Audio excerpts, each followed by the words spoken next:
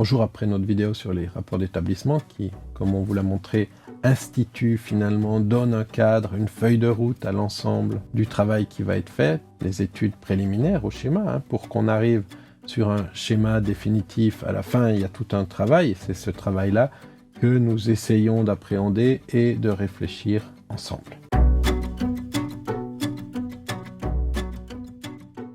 Alors le diagnostic, comme on l'a déjà dit, c'est la situation aujourd'hui actuelle d'une ville. On va prendre des éléments par élément et on va essayer de comprendre quel est le rôle, l'impact, les enjeux, les défis dans l'urbanisation au sens large du terme de la ville. Donc la République du Congo, n'importe quel pays, puisqu'on a pris Brazzaville, mais ça peut être un autre pays avec une autre ville, et on doit finalement comprendre le contexte général du pays par rapport à la sous-région ou sur la scène internationale, et ça nous donne des indications assez claires sur le positionnement ensuite de la ville par rapport à ce pays. Donc on va vraiment de l'échelle la plus large à l'échelle la plus fine. Brazzaville dans son contexte, ça veut dire dans son environnement vaste, ça veut dire Brazzaville dans la structure urbaine du Congo ou la structure urbaine de la sous-région, si on est dans des régions frontalières où il y a une structure qui dépasse les frontières d'un pays. Mais ce qu'on veut comprendre, c'est le contexte dans lequel se trouve la ville de Brazzaville. Ensuite, Brazzaville et son positionnement. Donc on est là vraiment dans une question de rôle de la ville par rapport aux autres villes, de rôle de la ville sur la scène internationale, par exemple. Donc on peut comme ça jouer à diverses échelles, mais le but c'est de comprendre quelle est la position de la ville de Brazzaville. Ensuite, on va faire forcément une analyse historique, je l'ai déjà dit, donc on va remonter dans l'histoire, on va essayer de trouver les différents plans, les plans historiques, pour commencer à comprendre quels étaient les noyaux urbains, donc c'est souvent relativement facile parce que ces histoires existent, et c'est relativement compliqué parce que les plans eux-mêmes et les originaux et les plans à la bonne échelle pour qu'on puisse véritablement faire une étude de ces plans sont extrêmement durs à trouver quand ils existent encore. Certains n'existent tout simplement plus et on a quelques images comme ça. Donc on a aujourd'hui ici des grandes difficultés de repartir sur les questions d'histoire, et on a aussi des grandes difficultés de cette lecture de l'histoire, car on est souvent désœuvré, on a une série de plans qui sont très beaux, et on ne sait pas forcément ce qu'on va faire avec. L'intérêt, c'est que ce soit utile. Alors on peut ouvrir ici une parenthèse, dans le diagnostic, on ne met que des choses qui sont utiles ensuite à la réflexion et à la planification et à la gestion urbaine. Tout ce qui serait de la culture générale, c'est très intéressant. L'histoire de tel ou tel préfet, de tel ou tel gouverneur, l'histoire du maire de Brazzaville, l'histoire de ceci, de cela, des grandes figures historiques, c'est sans doute très intéressant, mais si ça nous indique rien pour ensuite la planification, c'est pas utile dans ce type de document. Donc il faut vraiment être pragmatique, efficace, et se questionner, est-ce que ce que je suis en train de mettre en avant, de voir, est utile pour ce que je vais faire après. Le cadre politique et juridique. On a un cadre de gouvernance, donc il faut à un moment donné identifier quels sont les acteurs de la planification, de la gestion, de la prise de décision urbaine. Alors, on a toujours tendance à croire que c'est les ministères et les villes, mais il y a toute une série d'autres acteurs, la société civile, des grandes sociétés privées qui finalement jouent un rôle aussi. Pourquoi ? Parce qu'elles construisent. On peut avoir aussi des structures parapubliques, par exemple. Et là, c'est extrêmement important de commencer à voir tous ces acteurs et de les prendre en compte. On n'est plus dans l'optique aujourd'hui où on pense que c'est seulement la force publique qui décide de tout. On voit que lorsqu'on pense comme ça, c'est un échec. Finalement, les plans ne sont pas appliqués. Donc on est obligé, à un moment donné, de réfléchir à qui sont les acteurs. Et ces acteurs-là, on doit les intégrer dans le processus. Les acteurs, ils peuvent être nombreux, on l'a dit, au niveau de l'État, au niveau des régions, au niveau des villes, au niveau des communes. Je donne le cas générique, pas forcément celui du Congo et de Brazzaville. Et on a ensuite la société civile, les acteurs privés qui ont un rôle. Et l'idée, c'est d'avoir en tête ce mapping et de pouvoir discuter avec tous. Je pense qu'aujourd'hui, il faut ouvrir la discussion, ouvrir à la discussion les plans d'urbanisme et les coproduire ensemble. Autrement, ils ne servent strictement à rien.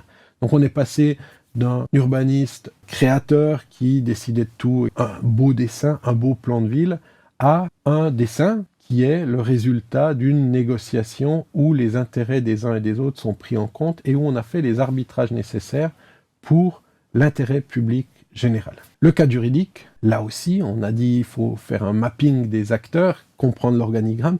Le cadre juridique aussi, il faut comprendre quels sont les textes qui existent et que disent ces textes. Parce qu'on ne part pas sur une page blanche et qu'il y a une loi sur l'environnement, une loi peut-être sur l'eau, une loi sur un code de l'urbanisme, une loi sur domaine public, pourquoi pas, toute une série, alors ça dépend des pays, mais grosso modo on retrouve à peu près la même structure de loi partout, et ce qui nous intéressera, c'est de comprendre ce qu'il y a dans ces lois pour voir finalement quelle est la marge de manœuvre. Ça, on oublie un petit peu rapidement qu'il y a des choses qu'on peut faire, que dans certains codes de l'urbanisme, il y a des grandeurs de parcelles, donc vous devez vous baser là-dessus à un moment donné pour comprendre comment vous allez faire évoluer ces choses, et que si vous voulez qu'elles évoluent, les tailles de parcelles, qu'elles soient plus petites, ben c'est le code de l'urbanisme qu'il faudra changer. Donc, il faut vraiment avoir ça en tête pour pouvoir progresser ensuite dans le schéma directeur. La question du foncier urbain, c'est relativement simple, c'est sans doute le problème majeur dans les villes africaines aujourd'hui, le foncier.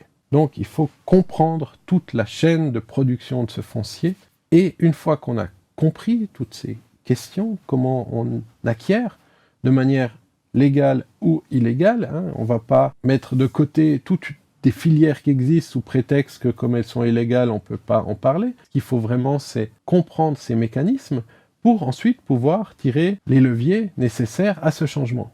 Si on est dans l'illégalité, comment est-ce qu'on va finalement amener cette partie illégale dans la légalité? Si on dit l'illégal n'existe pas, finalement on ne va pas prendre en compte toute une série de choses qui par ailleurs existent et qui ont un rôle très très important dans la production même de l'espace urbain.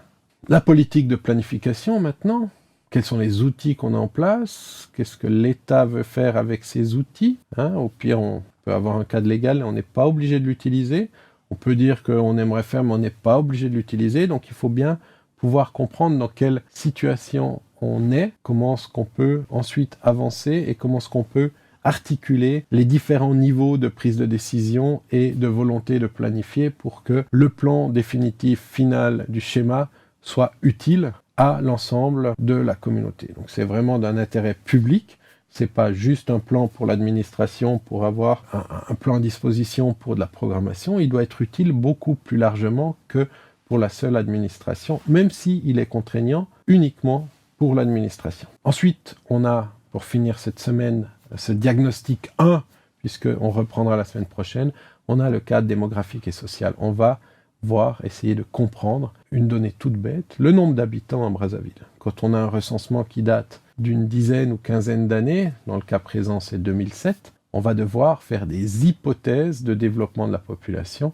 et on prendra toute une série de données de 2007 pour faire progresser ces différentes hypothèses et ensuite pour choisir un chiffre parce que l'on aura besoin pour la suite, non pas de 3 hypothèses et de 3 chiffres probable de population, mais d'en choisir un, qui est le chiffre de la population actuelle, pour ensuite refaire des hypothèses.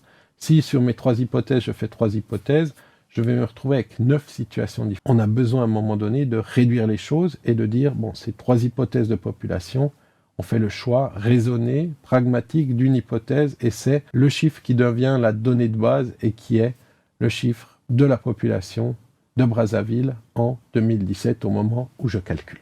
Voilà, on arrive au terme de cette première partie. On est passé rapidement. L'idée n'est pas de savoir ce qui se passe effectivement à Brazzaville. L'idée, c'est de prendre Brazzaville comme un cas d'école et de se dire, voilà, quel est le contenu qu'on devrait mettre dans ces questions de diagnostic. Qu'est-ce qu'on doit comprendre là derrière, en sachant que, et il faut le répéter plusieurs fois, le diagnostic n'est pas une encyclopédie de tout ce qu'on sait sur un endroit. Le diagnostic doit être court, efficace et doit donner les bases de la réflexion pour la planification ensuite. On vous retrouve dans la vidéo suivante, la deuxième partie du diagnostic, où nous allons cette fois-ci prendre les thématiques un peu plus urbanistiques que dans cette première partie, et on passera sur les questions d'environnement, de mobilité, d'habitat et de structure urbaine.